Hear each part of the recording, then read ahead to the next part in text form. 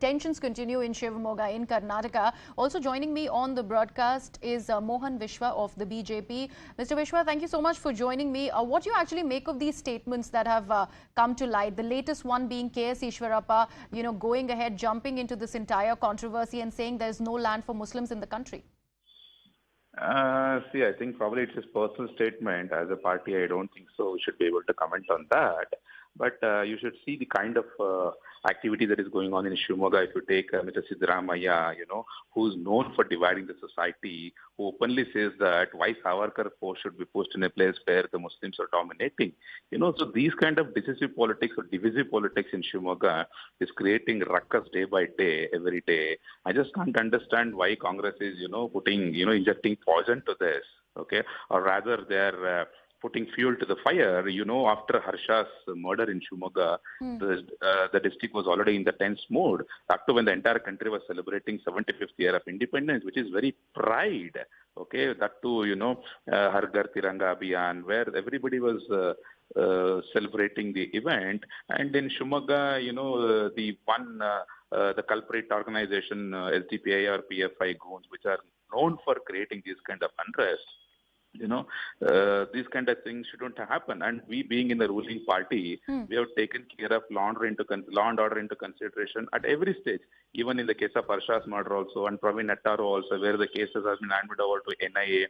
And in this case also, where one person has been stabbed just for wearing tilak, within 12 hours, our police have arrested 4 people, and one person who were about to stab the police has been shot on his leg. When these kind of law and order issues are taken into control by our government, the first people like Siddaramaiah commenting on a place where the Savarkar photo should be put, or where the Tipu Sultan photo should be put. And he was the one who started Tipu Jayanti in the state, where High Court categorically said that Tipu is not a freedom fighter. Why to celebrate? That too when he was ruling between 2013 and 2018. So it is all starting from there. Right. Mr. Vishwa, the other argument is, and very rightly said, of course, when there is a communal tension and a communal flare-up that has been seen in Shivamogga, things should have been slightly understated, slightly, people should have been reserved. That's the other argument that, is being made. Why should a KS Ishwarappa go ahead and say something like that? Or for that matter, MP Renukacharya go ahead and put up a Veer Savarkar image on his display profile on Facebook. I'd let Mr. Naseer Hussain of the Congress Party respond to what you've just mentioned, who's also joining me on the broadcast. Mr. Hussain, your comments on what Mr. Vishwa is saying. Heard him fully because I joined little late. But nevertheless, I would like to I like to make it very clear here that what is happening in Karnataka is complete breakdown of law and order. Not less than the law minister of the government. Sitting law minister comments that there's no governance, nothing is happening, the government is just being managed. We have to manage for another 6 to 7 months. They know that some elections, they lose the elections. That is the kind of unpopularity they are going through. I am not saying this, the law minister himself is saying. Look at the spate of murders that have taken place in Karnataka. Coastal Karnataka, Belgaum, Koppal, Shivamogga, you name any district from north to south, east to west in Karnataka, all kinds of murders have taken place. And why are these murders taking place? Which are the organizations that are responsible on both the sides? You have organizations, fringe organizations on both the sides who are involved in these murders and communal rights. 64 small and big communal rights have taken place in the last 3 years in Karnataka. And this is on record. And hundreds have been arrested. Now the whole point is, who is emboldening these organizations on both the sides? But Mr. Hussain, the other question is, why are these fringe elements being allowed to breed in the state of Karnataka? And how can Mr. Siddaramaiah go ahead and say that a Savarkar poster should not have been put up in a Muslim area? Is he going ahead and emboldening people who have gone ahead and attacked Prem Singh in this particular case? That is no logic. That is no argument. I don't think Siddaramaiah said you should put here or put there or not put here or not put there. What Congress party says is that Savarkar is a person who had written apology letters to the British government. He had submitted and clearly said that I will not be the part of the freedom struggle. He said I will be a servant of the British. It is there on record. He is the one who is accused in Mahatma Gandhi's murder. He is the one who proposed the two-nation theory in this country.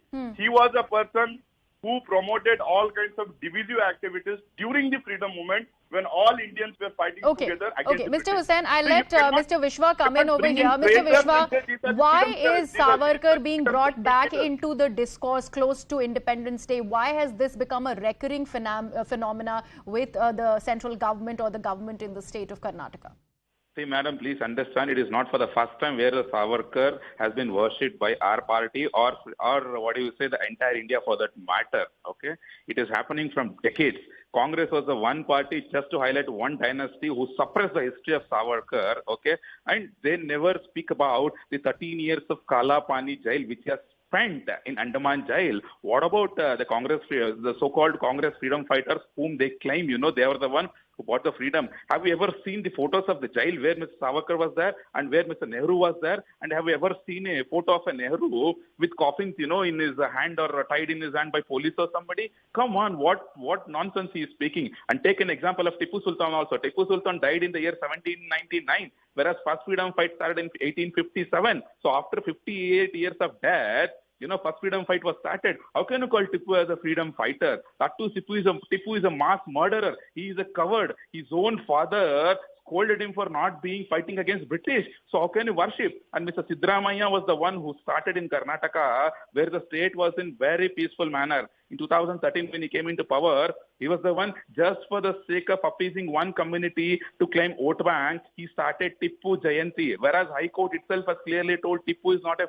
freedom fighter. They went against the High Court and still they did it. They were the one who started. To take same Siddaramaiah itself, he was the one who withdrew more than 175 cases against this SDPA and PFI goons. There were 36 Hindu murderers.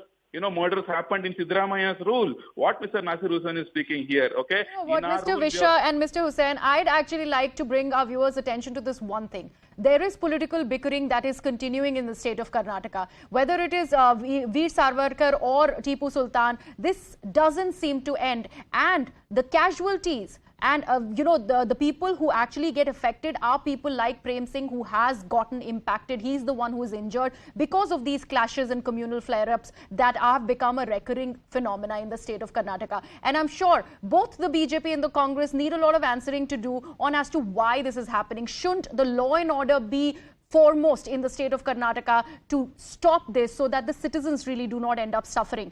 I am